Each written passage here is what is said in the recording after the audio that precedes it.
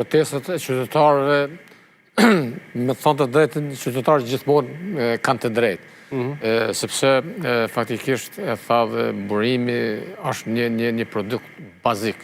Nëse ke fjalën pra për protesta për energjinë elektrike. Për shtrenjtim të rrymës ka pas disa iniciativa herën e fundit, po u paralajmëruan në të njëjtat platforma.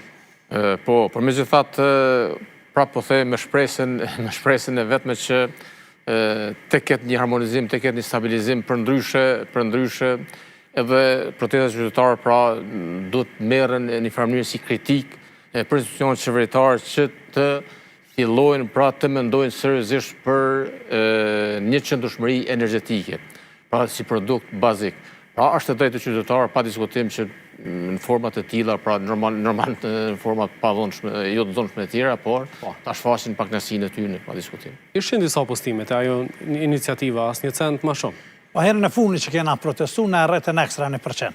Se ka qenë paralajmërimi 15%, tani në fund e bën 16,1% ashtu. Është kundër efekt. Jo, nuk është kundër efekt, duhet me protestu. Po ku me tregu, na do të me tregu institucioneve bazë që e drejta jonë për energji elektrike nuk mundet më shpërlau dikush me një komunikat për media, po folën për 3 institucione që kanë lëshu sa. Dikush do të me marë përgjësi pse mu ka nalë mu rryma, se mu ma ke shajtu.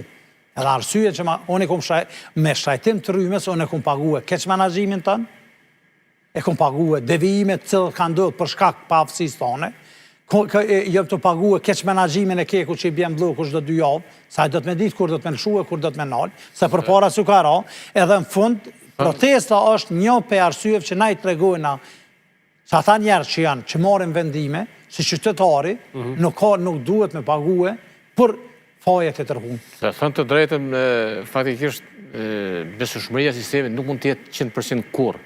Edhe nëse investohet për shembull teknologji të mirëfillta, nëse investohet për shembull në infrastrukturë, transmetuese, transformuese, kretat zinxhirin deri te konsumatori i fundit, është e pamundshme për ata arrita e besueshmëria 100%.